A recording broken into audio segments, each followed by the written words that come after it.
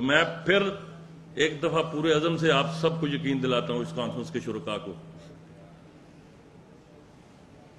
تحریک آزادی کشمیر انشاءاللہ اپنے منطقی انجام تک پہنچے گی۔ ہم سب کو اجتماعی طور پر ایک دوسرے کی اوپر ذمہ داری ڈالنے کی بجائے اکٹھے بیٹھ کر وے فارورڈ تلاش کرنا ہے۔ آج شاید ہم جن سٹیک ہولڈرز کا نام برسر عام نہیں لے سکتے، ہمیں وہ انیبلنگ انوائرمنٹ پیدا کرنا پڑے گا بین الاقوامی سطح پر کہ ان کا نام بھی پوری دلیری سے لیں اور ان کو بھی یہاں اٹھائیں، لیکن اس کے لیے محنت کی ضرورت ہے۔ آج بھی ایل او سی پر خاکی خون میں، اپنے خون میں نہا کے جو قربانی دے رہی ہے، اس کی وجہ سے آزاد کشمیر میں امن قائم ہے۔ بھارت اور اس کی خفیہ ایجنسیاں جن میں را سر فہرست ہے، 5th جنریشن وار پوری طرح آزاد کشمیر میں مسلط کر چکے ہیں۔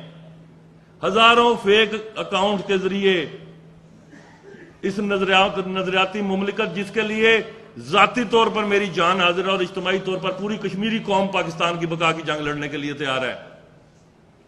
تدورتیں پیدا کرنے کی کوشش کی جا رہی ہے، نفرتیں پیدا کرنے کی کوشش کی جا رہی ہے۔ ایک اکاؤنٹ جو ایک دن 15,000 لائکس پر ہوتا ہے، دوسرے دن وہ 4.5 لاکھ پہ چلا جاتا ہے، کیونکہ اس اکاؤنٹ سے پاکستان کے خلاف اذیان بکا جا رہا ہے۔ یہ سب محسوس کرنے کی بات ہے۔ یہ ریاست رہے گی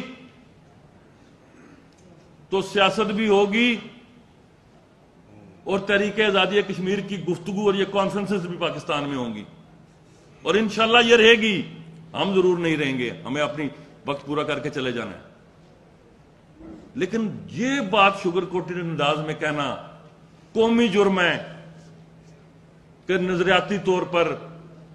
جو قرارداد 19 جولائی کو 1947 کو ہمارے آباء و اجداد نے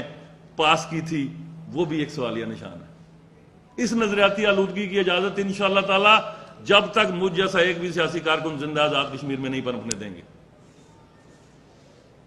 جو سچ ہے اس کا بیان، اختلاف رائے جس نے رکھے رکھے، جمہوریت کا حسن ہے اختلاف رائے، لیکن اختلاف رائے میں قومی سلامتی کے تقاضوں کو پامال کرنے کی اجازت امریکہ میں بھی نہیں دی جاتی۔ آپ نے یہ دیکھا کہ فسادات ہوئے ایک پوسٹ پر یونائٹڈ کنگڈم میں، برطانیہ میں، جو جمہوریت کا سب سے بڑا چیمپئن ہے، وہ سوشل میڈیا پوسٹ پر 24 گھنٹے عدالتیں 3 دن تک سزائیں سناتی رہیں، وہاں تو کوئی کورام نہیں مچا، چونکہ وہاں کے منصفوں نے اور وہاں کے ذمہ داران نے یہ سوچا کہ یہ جو معاشرے کے اندر زہر ان پوسٹوں کے ذریعے پھینکا جا رہا ہے، یہ یونائٹڈ نیشنز کی حیث ترکیبی خدا نخواستہ بدل دے گا۔ انہوں نے بروقت اس کا تدارک کیا، اور وہ کیا کہتے ہیں کہ جی جو 3 نسلیں پرانے جو مائیگریٹڈ برطانوی جن کے پاس پاسپورٹ ہے، اگر وہ بھی مملکت کے خلاف کسی کارروائی میں ملوث پائے جاتے ہیں، چلیں جی جہاں سے اوریجن آیا وہاں پہ واپس جائیں، جبکہ وہاں سے ان کے والدین آئے تھے۔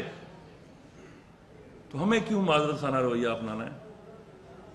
ریاست کو سب سے پہلے اپنی بقا کی جنگ لڑنی ہوتی ہے، اور ہمارا وکیل الحمدللہ، کئی دفعہ میں نے یہ جملہ سنا 5 اگست 2019 کے بعد دھند چھا گئی، تو ہمارے وزیر اعظم تو بیرون ملک دورے پہ تھے، وہ 1 ماہ تشریف ہی نہیں لائے۔ دوسری طرف انگلی اٹھانے کی بجائے سب سے پہلے انگوٹھے کی طرف دیکھنا چاہیے